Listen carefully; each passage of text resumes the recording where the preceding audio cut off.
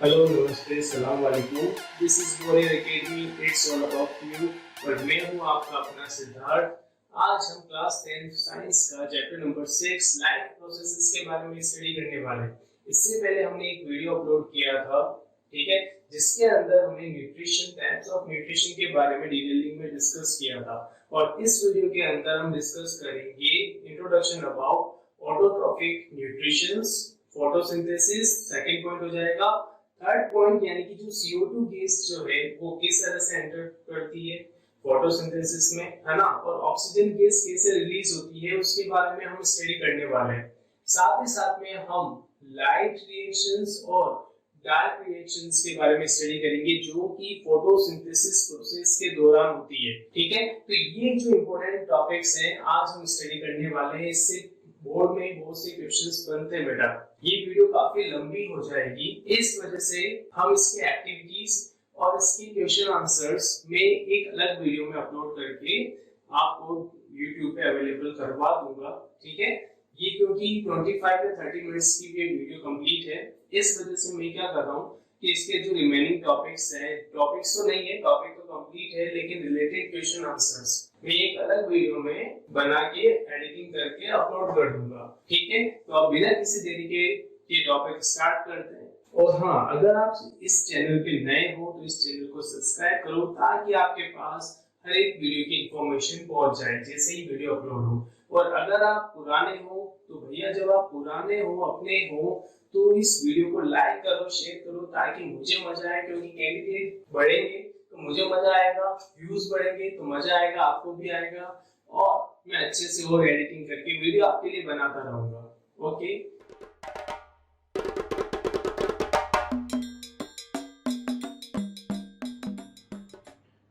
Friends, अब हम discuss करने वाले हैं फोटोसिंथेसिस, यानी कि हम कह सकते हैं autotrophic nutrition mode. Autotrophic nutrition mode अभी जस्ट हमने डिस्कस किया था कि ऑटोट्रॉफिक न्यूट्रिशन मोड होता क्या है। तो ऑटोट्रॉफिक न्यूट्रिशन मोड जो है वो सिंपल सा कॉन्सेप्ट है कि वो ऑर्गेनिज्म जो कि अपना खाना खुद बनाते हैं, makes a own food by या from the simple inorganic substance like carbon dioxide, H2O यानी कि water, and using sunlight को यूज करते हुए वो inorganic substance से अपना खाना बनाते हैं, उसे हम बोलते हैं autotrophic nutrition mode.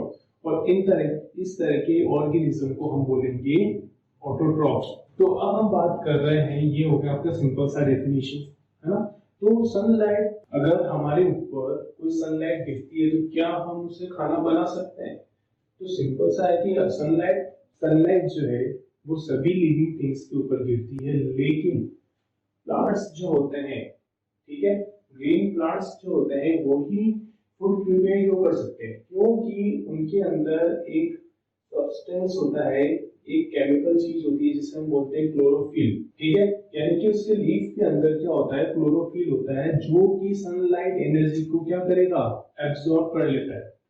Sunlight energy को क्या करेगा, एब्सॉर्ब कर लेगा, ठीक है, जिसकी वजह से यहाँ पर फोटोसिंथेसिस रिएक्शन होना पॉसिबल है। यानी कि क्लोरोफिल कहाँ होता है, उसकी लीफ के अंदर होगा। अब इस प्रोसेस के अंदर क्या होगा, ऑक्सीजन रिलीज होती है, और जैसे कि अभी हमने कहा ये जो प्लांट्स हैं वो फूड प्रिपेयर करते हैं, तो ये जो फूड प्रिपेयर होगा वो होगा कहाँ पे, जैसे कि आपके घर में, मेरे घर में जो फूड प्रिपेयर होता है वो अपने किचन में होता है, किचन एरिया में होता है। लेकिन प्लांट्स में यहाँ किचन एरिया कहाँ होता है, सोचो आप, कहीं होता है क्या किचन एरिया? नहीं होता। हमने तो कभी नहीं देखा कि किसी प्लांट में या किसी प्लांट्स के अंदर कोई किचन एरिया होता होगा, ठीक है, मैंने नहीं देखा और आपने भी नहीं देखा होगा, मे भी, है ना। तो वो किचन एरिया होता कहाँ पर है, उनका जो फूड है, ये किचन एरिया होता कहाँ पर है भैया, हमें तो नहीं पता, ठीक है। और ये जो फूड प्रिपेयर होता है तो फिर होता कहाँ पर है, ये जो फूड प्रिपेयर होता है प्लांट्स के अंदर वो होता है उसकी लीफ के अंदर, ठीक है, उसके पत्तों के अंदर ये फूड प्रिपेयर होता है। समझ में आ रहा है पॉइंट? यानी कि ये फूड जो है किस फॉर्म में होता है, ग्लूकोज फॉर्म में होता है। जैसे कि अभी हमने रिसेंटली पहले वाले वीडियो के अंदर हमने बताया था कि जो ग्लूकोज होता है वो सिंपल शुगर का काम करता है, जैसे कि पहले वाली वीडियो में हमने अभी बताया था जो ग्लूकोज होता है वो सिंपल शुगर होगा, ठीक है। और प्रीवियस वीडियो में हमने ये डिस्कस कर रखा था, तो वो आप जाके देख सकते हैं, उसका लिंक डिस्क्रिप्शन में गिवन है। ठीक है, यानी कि अब हम बात कर रहे थे कि जो फूड है वो ग्लूकोज फॉर्म में होता है, तो ये फूड बनाता जाता है बनाता जाता है बनाता जाता है। जैसे कि हम बहुत सारा फूड खाते हैं, अगर हम उसे डाइजेस्ट नहीं कर सकते तो वो फैट में कन्वर्ट हो जाता है। ठीक है, इसी वजह से हेल्दी होते जाते हैं। तो उसी तरह जो प्लांट्स हैं वो भी फूड एक्स्ट्रा में बनाते होंगे, तो जो एक्स्ट्रा ग्लूकोज है वो स्टार्च में कन्वर्ट हो जाता है। ठीक है, एक्स्ट्रा ग्लूकोज किसमें कन्वर्ट हो जाएगा? स्टार्च। अब वो जो स्टार्च है वो क्या होते हैं? वो स्टार्च जो है वो स्टोर होगा आपके प्लांट्स के अदर पार्ट के अंदर, मे बी लीफ में भी स्टोर हो सकता है और अदर पार्ट्स में भी स्टोर हो सकता है वो।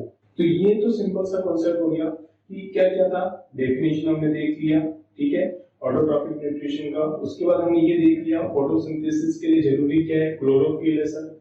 उसके बाद क्लोरोफिल क्या काम करता है कि सनलाइट को अब्सॉर्ब करता है, ऑक्सीजन गैस रिलीज करता है।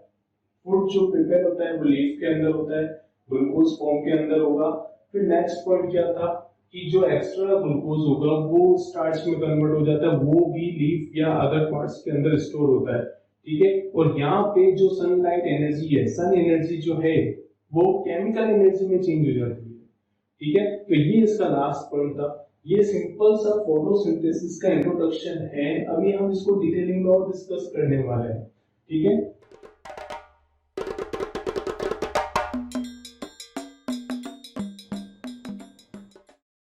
ओके फ्रेंड्स, अब हम जो डिस्कस करने वाले हैं वो फोटोसिंथेसिस के बारे में डिस्कस करने वाले हैं, लेकिन इसके अंदर कुछ टॉपिक है जैसे कि हमने कहा कि नेसेसरी कंडीशंस क्या हो सकती है फोटोसिंथेसिस के लिए। नेसेसरी कंडीशंस मींस जो भी जरूरी कंडीशंस होती है उसके बिना ये प्रोसेस होना पॉसिबल नहीं होगा। तो फर्स्ट पॉइंट हम कह सकते हैं कि सनलाइट के बिना ये चीज पॉसिबल नहीं है, हमें सनलाइट की नीड होगी। अब सनलाइट है तो उसे ऑब्जर्व करने के लिए क्लोरोफिल की नीड होगी, वाटर चाहिए होगा, कार्बन डाइऑक्साइड चाहिए होगा यानी H2O और CO2 दोनों की नीड होगी। यानी कि ये फोर जो है नेसेसरी कंडीशंस है, नेसेसरी एलिमेंट्स है जो हमें चाहिए होंगे। ठीक है, तो अब हम आगे बढ़ते हैं इसके स्टेप्स के ऊपर। ठीक है, स्टेप्स ऑफ फोटोसिंथेसिस। तो क्या स्टेप हो सकती है फोटोसिंथेसिस की? तो फर्स्ट स्टेप ये होगा कि सनलाइट गिरेगी। ठीक है, लीफ के ऊपर, लीफ के अंदर जो क्लोरोफिल होगा वो सनलाइट को एब्सॉर्ब कर लेगा। उसके बाद सनलाइट एब्सॉर्ब होने के बाद हमारा जो वाटर है कहां से एब्सॉर्ब होगा? जो उसके रूट्स हैं वहां से वो एब्सॉर्ब हो सकता है, यानी H2O हमें सॉइल से मिल जाएगा, रूट्स के थ्रू है ना ट्रांसपोर्ट हो जाएगा। उसके बाद हम देखते हैं CO2। CO2 हमारे एनवायरनमेंट में, ठीक है, कार्बन डाइऑक्साइड जो हम रिलीज कर रहे हैं वो प्लांट्स जो है उनको यूज करते हैं फोटोसिंथेसिस प्रोसेस के लिए। ठीक है, वो उससे खाना बनाते हैं और ऑक्सीजन रिलीज करते हैं हमारे लिए। ठीक है, लेकिन ये पर्टिकुलर एक ही कंडीशंस पे हो सकता है ना, यानी कि जब आपकी लाइट रिएक्शंस हो। ठीक है, यहाँ पे टू टाइप की रिएक्शंस होती है, लाइट रिएक्शंस और डार्क रिएक्शंस, जिसको मैं अभी नेक्स्ट टॉपिक के अंदर समझाऊंगा आपको। यानी कि हम सिंपल सा देखते हैं, यहाँ पे ऑक्सीजन रिलीज होती है जब वो कार्बन डाइऑक्साइड लेगा तो फोटोसिंथेसिस प्रोसेस के दौरान। फिर आता है कि हमने ये थ्री एलिमेंट्स यूज कर लिए, सनलाइट को कहां से लिया? क्लोरोफिल के थ्रू, CO2 को एनवायरनमेंट के थ्रू, H2O को हमने सॉइल से लिया, है ना, रूट्स की हेल्प से। अब उसके बाद हम क्या कर रहे हैं कि ये चीज हो गई, यहाँ पर क्या हो रहा है, हमें ना ऑक्सीजन रिलीज हो रहा है, लेकिन क्यों? जो वाटर है वो इस एनर्जी की वजह से क्या हो रहा है, स्प्लिट हो रहा है हाइड्रोजन और ऑक्सीजन के अंदर। यहाँ पर हाइड्रोजन तो क्या कर रहा है, CO2 को रिडक्शन कर रहा है, CO2 को क्या कर रहा है, यहाँ पे हाइड्रोजन रिडक्शन कर रहा है, जिसकी वजह से आपका ग्लूकोज बनता है। ठीक है, और रिमेनिंग पार्ट जो है ऑक्सीजन वो लीफ के थ्रू रिलीज कर दी जाती है। ठीक है, तो यहाँ पे ये सिंपल से स्टेप्स है। उसके बाद हम देखते हैं इक्वेशन ऑफ फोटोसिंथेसिस, यानी फोटोसिंथेसिस के लिए केमिकल जो रिएक्शंस होती है वो होती क्या है, जैसे कि CO2 प्लस H2O। यहाँ पे CO2 के मैं 6 मॉलिक्यूल्स लूंगा, H2O के 12 मॉलिक्यूल्स लूंगा। ठीक है, इनके बीच में रिएक्शंस हो रहा है, तो यहाँ पे ग्लूकोज बनाएगा आपका, जो कि होगा C6H12O6। फिर 6 मॉलिक्यूल ऑक्सीजन यानी कि 6O2 और 6 मॉलिक्यूल्स वाटर यानी कि 6H2O। यानी कि ऑक्सीजन के साथ साथ जो प्लांट्स है वो वाटर को भी रिलीज करते हैं। इसका एक एक्सपेरिमेंटल एक्टिविटी है आपके सिलेबस में, जो कि हम नेक्स्ट पार्ट में डिस्कस करेंगे, यानी कि कुछ टॉपिक के बाद डिस्कस करेंगे एक्टिविटी को। तो अभी हमने इस टॉपिक में डिस्कस किया कि नेसेसरी कंडीशंस, स्टेप्स और इक्वेशन ऑफ फोटोसिंथेसिस। ठीक है,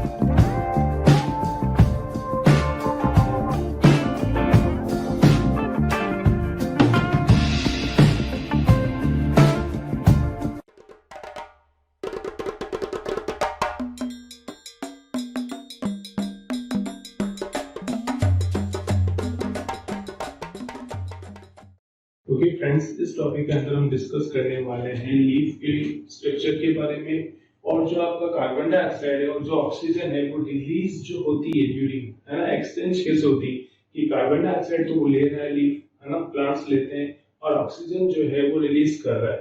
ठीक है, तो इसकी प्रोसेस के बारे में भी हम यहाँ पर डिस्कस करने वाले हैं। तो अब हम यहाँ पे बात कर रहे हैं सबसे फर्स्ट लीफ के बारे में, है ना। तो आपको स्ट्रक्चर दिख रहा होगा स्क्रीन के ऊपर, है ना। तो सबसे फर्स्ट जो लीफ है, स्ट्रक्चर्स हैं, उसके ऊपर और नीचे एपिडर्मिस है। ठीक है, एपिडर्मिस क्या काम करता है, ये वेजिटेबल्स में भी होता है, और एपिडर्मिस जो है हमारे प्लांट्स की लीफ को और वेजिटेबल्स को क्या करता है, प्रोटेक्ट करता है। ठीक है, एक प्रोटेक्शन कवर होता है एक तरह का एपिडर्मिस। यहाँ पे दो है एपिडर्मिस, एक अपर और एक लोअर एपिडर्मिस। उनके बीच में आपके सबसे फर्स्ट ऊपर से आप देखोगे डायग्राम में तो आएगा क्लोरोप्लास्ट। ठीक है, तो क्लोरोप्लास्ट के अंदर दो चीजें होती, ठीक है, एक ग्राना यानी कि क्लोरोफिल होता है, और एक तरफ होगा स्टोमेटा, है ना। स्टोमेटा जो होगा वहां पर तो क्या होगा, रिलीज होगा, कार्बन डाइऑक्साइड वहां से ली जाएगी और ऑक्सीजन वहां से रिलीज करी जाएगी। और क्लोरोफिल जो है वो सनलाइट एनर्जी को यूज करेगा और हाइड्रोजन और ऑक्सीजन में स्प्लिट करेगा। ठीक है, तो यहाँ पर आपको क्या दिख रहा है और डायग्राम में कि यहाँ पे एयर के लिए कुछ फ्री स्पेस है ना, एयर के लिए यहाँ पर फ्री स्पेस है। और आप यहाँ पे गार्ड सेल्स भी लिखा हुआ देख रहे होंगे, है ना। ये गार्ड सेल्स होते क्या है, जैसे कि अभी मैंने बताया, ठीक है, कि स्टोमेटा होते हैं जिसके चारों तरफ ये गार्ड सेल्स होते हैं। तो ये आपका सिंपल सा स्ट्रक्चर हो चुका है लीफ का। अब हम थोड़ा डिटेलिंग में देखते हैं क्लोरोप्लास्ट का डायग्राम, जो कि आपकी स्क्रीन पे आपको दिख रहा होगा। ठीक है, यानी कि अब आप देख रहे हो क्लोरोप्लास्ट जो है उसका डायग्राम, जिसमें से एक तरफ आपको दिख रहा होगा ग्रेना। अब ये ग्रेना जो है वो किस तरह की बीमारी, ये टर्म्स क्या है, ठीक है, इसको हम समझते हैं कि ग्रेना जो है वो क्या है। ग्रेना स्टेक ऑफ थाइलाकोइड है। थाइलाकोइड क्या होता है, सिंपल से एक एलिमेंट है लीफ के अंदर। अब स्टेक मतलब क्या, जैसे कि आप जेम्स को एक के ऊपर एक अगर आप जमाते हो, ठीक है, और जो वो स्ट्रक्चर खड़ा होता है उससे हम बोलेंगे स्टेक ऑफ जेम्स। अब जेम्स को हटा दो और वहां पे आप क्या बोल दो, थाइलाकोइड। ठीक है, थाइलाकोइड जो है वो मिलके बनाता है आपका ग्रेना। ठीक है, और ये जो ग्रेना है वो एक ग्रेना नहीं होते, बहुत सारे ग्रेना होते हैं लीफ के अंदर, और वो इंटरकनेक्टेड होते हैं आपस में। किसकी हेल्प से, लामेला की मदद से। ठीक है, लामेला की हेल्प से ये जो ग्राना है दे आर कनेक्टेड, है ना। अब थाइलाकोइड के अंदर ल्यूमेन जो है वो भी होता है। यहाँ पे 3 मेम्ब्रेन है, आउटर, इनर और इंटर मेम्ब्रेन। ठीक है, तो ये स्ट्रक्चर हो गया आपका क्लोरोप्लास्ट का। तो इसके बाद हम डिस्कस करने वाले हैं कि किस तरह से कार्बन डाइऑक्साइड रिलीज होती है, कार्बन डाइऑक्साइड एंटर होती है और ऑक्सीजन जो है वो रिलीज होती है। ओके बेटा, अब हम देखने वाले हैं कि यहाँ पे exchange of gases during the photosynthesis, यानी कि किस तरह से जो गैस है वो एक्सचेंज होती है। ठीक है, CO2 अंदर आती है और ऑक्सीजन बाहर जाती है। तो यहाँ पे सबसे फर्स्ट हमने कहा कि स्टोमेटा होता है। स्टोमेटा होते क्या है, यहाँ पे पोर्स होते हैं, यानी कि छोटे छोटे होल्स होते हैं लीफ के ऊपर, जिसे हम बोलते हैं पोर्स। अब ये पोर्स जो है वो स्टोमेटा ही कहलाता है। स्टोमेटा से कार्बन डाइऑक्साइड अंदर ली जाती है और ऑक्सीजन बाहर निकाली जाती है, ठीक है। और जैसे कि अभी हमने बताया था, स्टोमेटा जो है वो गार्ड सेल्स से कवर्ड होता है ना। उसके चारों तरफ क्या होते हैं, गार्ड सेल्स होते हैं स्टोमेटा के चारों तरफ, जो कि उसको प्रोटेक्ट करते हैं। अब किस तरह से प्रोटेक्ट करते हैं वो हम देखते हैं। जब आपका स्टोमेटा ओपन होता है तो कब ओपन होगा, वाटर जो है स्टोमेटा यानी गार्ड सेल्स के अंदर फ्लो होगा। गार्ड सेल्स जो है वो स्वेल हो जाएंगे, ठीक है, यानी कि कर्व फॉर्म में आ जाएंगे कुछ इस तरह, ठीक है। जब इसमें वाटर फ्लो होगा, जब इसमें वाटर फ्लो होगा, ठीक है, तो ये कर्व फॉर्म में आ जाएंगे कुछ इस तरह, ठीक है। तो ये गार्ड सेल्स ओपन हो जाते हैं, जिसकी वजह से कार्बन डाइऑक्साइड जो है वो एंटर हो जाती है और ऑक्सीजन रिलीज होती है, ठीक है, और वाटर भी यहाँ से रिलीज होता है। उसके बाद हम क्या कर रहे हैं, जब वाटर जो रिलीज हो जाता है, गार्ड सेल्स में जो वाटर फ्लो हो रहा था वो लॉस हो जाता है, ठीक है, यानी कि रिलीज हो गया वाटर। उसके बाद गार्ड सेल्स जो है वो कुछ इस तरह से स्ट्रेट हो जाएंगे, यानी कि क्या हो जाएंगे, श्रिंक हो जाएंगे। श्रिंक होने के बाद वो स्ट्रेट हो जाते हैं, जिसकी वजह से गार्ड सेल्स जो है वो क्लोज हो जाएगा, यानी कि स्टोमेटा जो है वो क्या हो जाएगा, बंद हो जाएगा, जिसकी वजह से कोई भी गैस एक्सचेंज नहीं हो पाएगी, ना ही कोई एंटर हो पाएगी गैस, ना ही कोई बाहर जा पाएगी। समझ में आ रहा पॉइंट, ये सिंपल सा स्ट्रक्चर था लीफ का। और किस तरह से CO2 और O2 एक्सचेंज होती है उसके बारे में हमने ये डिस्कस किया। ओके फ्रेंड्स, अब हम जो डिस्कस करने वाले हैं वो है आपका लाइट रिएक्शन और डार्क रिएक्शन के बारे में। कि जब हमने कहा कि फोटोसिंथेसिस में दोनों रिएक्शन होती है, लाइट रिएक्शन भी होगी और डार्क रिएक्शन भी होगी। जैसे कि हम देख रहे हैं इक्वेशन ऑफ फोटोसिंथेसिस, जिसमें 6CO2 प्लस 12H2O सनलाइट और क्लोरोफिल की प्रेजेंस में C6H12O6 6O2 6H2O यानी कि 6 मॉलिक्यूल ऑक्सीजन और 6 मॉलिक्यूल वाटर रिलीज करता है ना, जबकि आपका ग्लूकोज बनता है। तो सबसे फर्स्ट, जैसे कि आपको डायग्राम दिख रहा है, डायग्राम में लेफ्ट हैंड साइड में आपको दिख रहा है लाइट रिएक्शंस, जो कि कहाँ होती है, थाइलाकोइड में होती है। और डार्क रिएक्शन आपको दिख रही है जो कि कहाँ होती है, स्ट्रोमा यानी कि स्टोमेटा में होता है। यानी कि ये जो आपको पूरा शेप दिख रहा है वो है आपका क्लोरोप्लास्ट। जैसे कि मैंने पहले भी बताया था, जो क्लोरोप्लास्ट है उसमें ये लाइट रिएक्शन भी होती है और डार्क रिएक्शन भी होगी, ठीक है। जहाँ पे लाइट रिएक्शन होती है तो वहाँ नीचे की तरफ देखो ऑक्सीजन रिलीज हो रहा है, और राइट हैंड साइड में आओ, राइट हैंड साइड में आपको क्या दिख रहा है, जहाँ पे डार्क रिएक्शन हो रही है वहाँ पे क्या रिलीज हो रहा है, ग्लूकोज यानी कि शुगर, ठीक है। वहाँ पे शुगर रिलीज हो रहा है, यानी कि वहाँ पे आपका क्या बन रहा है, फूड बन रहा है, ठीक है। अब डार्क रिएक्शन का मतलब ये नहीं है कि रात को होने वाली रिएक्शन। डार्क रिएक्शन का मतलब होता है लाइट इंडिपेंडेंट रिएक्शंस, जो कि लाइट पे डिपेंड नहीं करती है। ये जो रिएक्शंस होती है वो डे में होती है, नाइट में नहीं होती है, ठीक है। बस इसके लिए हमें लाइट की रिक्वायरमेंट नहीं है, समझ में आया, इसलिए हम इसको डार्क रिएक्शन भी बोलते हैं। अब आपको लाइट रिएक्शन के बारे में मैं बताता हूँ, जहाँ पर हम H2O को क्या करते हैं, सनलाइट की प्रेजेंस में स्प्लिट करते हैं हाइड्रोजन और ऑक्सीजन में, जैसे कि हमने पहले भी डिस्कस किया था। तो लाइट रिएक्शन की इक्वेशन क्या है, H2O ADP plus Pi plus NADP। Light की प्रेजेंस में क्या करता है, ऑक्सीजन रिलीज कर रहा है, ATP बनाता है, NADPH और H प्लस आयन देता है, ठीक है। अब इसको हम थोड़ा डिटेलिंग में देखते हैं। तो डायग्राम के नीचे की तरफ आओ, लाइट रिएक्शन की तरफ। H2O स्प्लिट हुआ, हाइड्रोजन ऑक्सीजन और इलेक्ट्रॉन्स वहां से क्या हुए, रिलीज हुए। NAPD जो है हाइड्रोजन से रिएक्शन करके क्या बना रहा है,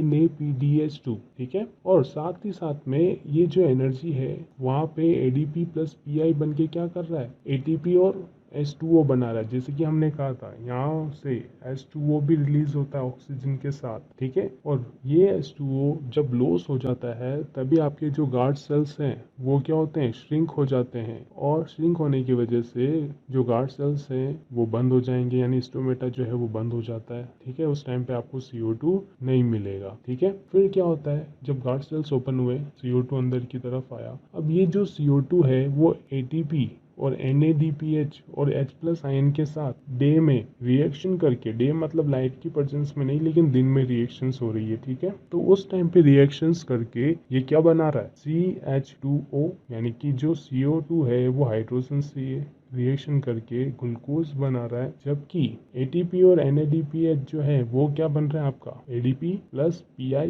प्लस NADP प्लस। अब ये देखो वापस से वही चीज बन गई जो कि हमें फर्स्ट रिएक्शन में चाहिए थी, ठीक है। और फर्स्ट रिएक्शन से जो आउटपुट हमें मिला वो हमें CO2 के साथ रिएक्शन कर रहा है, और CO2 के साथ रिएक्शन करके वो वापस से कौन सा एलिमेंट बना रहा है जो कि हमें H2O के साथ फर्स्ट रिएक्शन में काम में आ रहा है, ठीक है। और इस डार्क रिएक्शन को हम इसको केल्विन साइकिल भी कहते हैं। तो ये सिंपल सा लाइट रिएक्शन और डार्क रिएक्शन के बारे में इंट्रोडक्शन था आपके लिए, ठीक है। ये आपके सिलेबस में नहीं है, लेकिन ये थोड़ा अच्छा कॉन्सेप्ट है, इसलिए मैंने आपको ये समझाया। इस टॉपिक के अंदर नेक्स्ट पॉइंट हम डिस्कस करेंगे डिफरेंस बिटवीन लाइट रिएक्शन और डार्क रिएक्शन। लाइट रिएक्शन कहाँ होती है दोस्तों? लाइट की प्रेजेंस में होती है, जबकि डार्क रिएक्शन के लिए हमें लाइट नहीं चाहिए होता है, ठीक है। इंडिपेंडेंट ऑफ लाइट रिएक्शंस होती है ये डार्क रिएक्शन, ठीक है। सेकंड पॉइंट जो है, लाइट रिएक्शन हमेशा ग्रेना में होती है, जबकि डार्क रिएक्शन जो है स्टोमेटा में होता है। ये दोनों ही रिएक्शंस क्लोरोप्लास्ट में होता है, लेकिन अलग अलग पार्टीशन में। लाइट रिएक्शन होती है ग्रेना में, जबकि डार्क रिएक्शन होती है आपकी कहाँ पर? स्ट्रोमा यानी कि स्टोमेटा में। यहाँ पे NADP यूटिलाइज करता है H+ आयन को, और क्या फॉर्म करता है? NADPH। जबकि यहाँ पर NADPH का हाइड्रोजन कार्बन डाइऑक्साइड के साथ कंबाइन होके ग्लूकोज देता है, और यहाँ पे जो लास्ट में प्रोडक्ट निकलता है लाइट रिएक्शन में वो निकलता है आपका ATP और NADPH। और डार्क रिएक्शन में ग्लूकोज बनता है, और लास्ट में जो प्रोडक्ट निकलते हैं वो निकलते हैं आपके ATP एंड NADPH जो है। और डार्क रिएक्शन में जो लास्ट में प्रोडक्ट निकलता है वो ग्लूकोज निकलता है। साथ ही में ATP और NADPH help in formation of glucose की फॉर्मेशन में हेल्प करते हैं, ठीक है। यानी कि ये रिएक्टेंट होते हैं जो कि CO2 के साथ बन के ग्लूकोज बनाता है, और इसके जो लास्ट में प्रोडक्ट निकलते हैं साथ में ADP प्लस NADP बनता है। लाइट रिएक्शन में वाटर क्या हो रहा है? स्प्लिट हो रहा है और हाइड्रोजन और ऑक्सीजन बनाता है, जबकि CO2 जो है वो यूटिलाइज होता है डार्क रिएक्शन के अंदर और ग्लूकोज प्रोड्यूस करता है, ठीक है। तो ये था डिफरेंस बिटवीन लाइट रिएक्शन और डार्क रिएक्शन के बीच में।